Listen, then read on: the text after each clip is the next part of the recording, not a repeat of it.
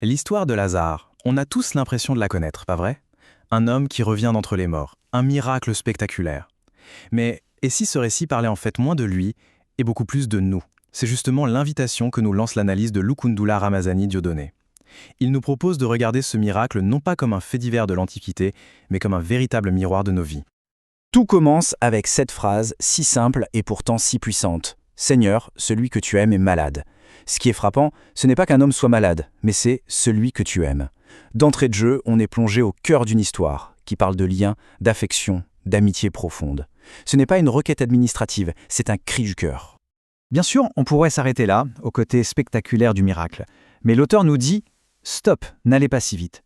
Et si la véritable histoire, ce n'était pas tant la résurrection de Lazare que la métaphore de nos propres tombes intérieures, de ces maladies qui nous paralysent, et surtout de la possibilité incroyable d'en être libérés. Alors allons-y, plongeons dans cette analyse. Le premier miroir que l'auteur nous tend, c'est le personnage de Lazare lui-même. Que nous révèle sa maladie? Et qu'est-ce que l'amitié qui l'entoure peut nous apprendre? Pour l'auteur, la maladie physique de Lazare est avant tout un symbole. Elle représente nos blocages intérieurs. Vous savez, toutes ces choses qui nous rongent, qui nous isolent et qui, petit à petit, nous éteignent, spirituellement, mais aussi dans nos relations avec les autres. C'est une mort lente de l'intérieur.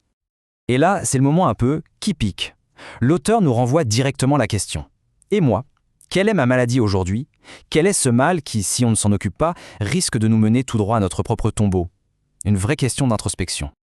Et pour que ça ne reste pas juste une idée en l'air, l'auteur donne des exemples très très concrets. Il parle de l'égoïsme sous toutes ses formes, économiques, sociales, relationnelles, mais aussi de l'entêtement ou encore du fait de s'éloigner de ce qui a vraiment du sens.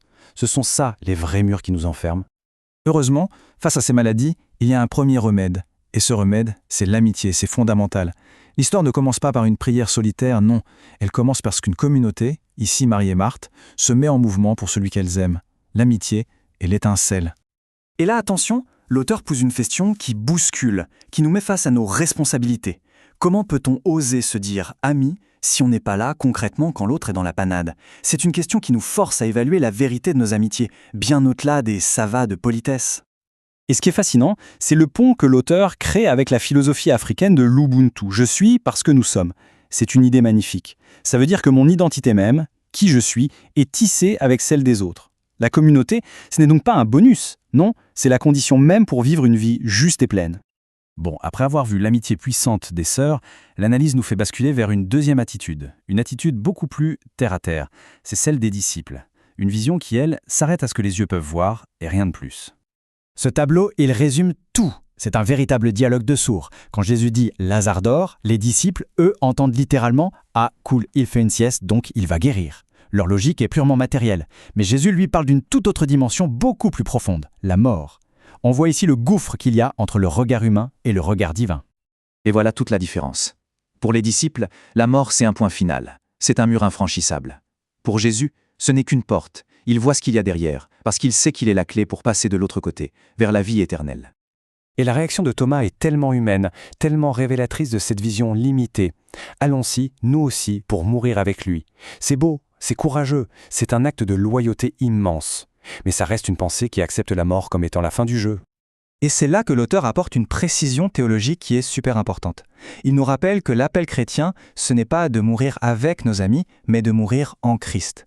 C'est lui, et seulement lui, qui transforme cette fin apparente en un véritable passage. Le voyage ultime, c'est avec lui qu'il se fait. On arrive maintenant au cœur du réacteur, au climax de l'histoire. C'est la troisième attitude, celle qui va tout changer. L'action divine de Jésus, sa puissance et sa compassion face à la pierre du tombeau. Cette grosse pierre qui ferme le tombeau, ce n'est pas juste un rocher, évidemment. L'auteur y voit un symbole incroyablement puissant. C'est l'objet opaque, l'obstacle qui nous coupe de la vraie lumière. C'est un peu notre caverne de Platon personnelle, cet endroit sombre où on vit, enchaîné par nos peurs, nos préjugés et nos limites. Et là, on a Marthe, toujours aussi pragmatique, qui nous ramène à la dure réalité des choses. Seigneur, il doit déjà sentir. Voilà, c'est cru, mais c'est ça la réalité humaine. 4 jours, pour la science de l'époque, et même pour la nôtre, c'est la fin, c'est la décomposition. Il n'y a plus rien à espérer. Mais la réponse de Jésus fait basculer toute la scène. Si tu crois, tu verras la gloire de Dieu. Pour l'auteur, c'est la clé de voûte de tout le récit. La foi, ce n'est pas juste une pensée positive. C'est la condition sine qua non, la porte d'entrée, pour que nos propres pierres puissent être roulées et que le miracle puisse arriver. Et là, le miracle se déroule, en 3 temps, 3 ordres qui claquent d'une puissance folle. D'abord, enlever la pierre. Ça, c'est notre part du travail. Il faut une coopération humaine. Ensuite, l'appel direct, personnel. Lazare sort. Et enfin, la touche finale absolument cruciale. Déliez-le et laissez-le aller. La libération doit être totale. Et c'est sur cette dernière étape que l'analyse nous emmène pour sa conclusion. Être délié. Parce que c'est une chose d'être ramené à la vie, mais c'en est une autre d'être vraiment libre. Qu'est-ce que ça veut dire, cette liberté? Pour Lazare, bien sûr, mais surtout pour nous. L'auteur nous montre que ce moment fait écho à un des messages les plus forts de tout le christianisme, résumé ici par saint Paul. La libération de Lazare n'est pas juste une anecdote. C'est le prototype, l'avant-première de la libération bien plus grande à laquelle nous sommes tous appelés. Mais attention, et ce point est capital, cette liberté, ce n'est pas un chèque en blanc, ce n'est pas la fin du chemin, elle vient avec une immense responsabilité. Sortir de la tombe, ce n'est pas la fin de l'histoire, c'est le début d'une nouvelle, le début d'une vie où chaque pas, chaque choix prend un poids complètement différent. Et c'est donc sur cette question vertigineuse que l'analyse nous laisse. Une fois que nos pierres sont roulées, que nos bandelettes sont retirées, on fait quoi? Où va-t-on? Qu'est-ce qu'on fait de cette liberté toute neuve? C'est peut-être ça, finalement, la question la plus importante de toutes. Une question qui nous renvoie chacun à notre propre histoire, à notre propre chemin. Voilà, c'était un plaisir de partager cette réflexion. À très bientôt.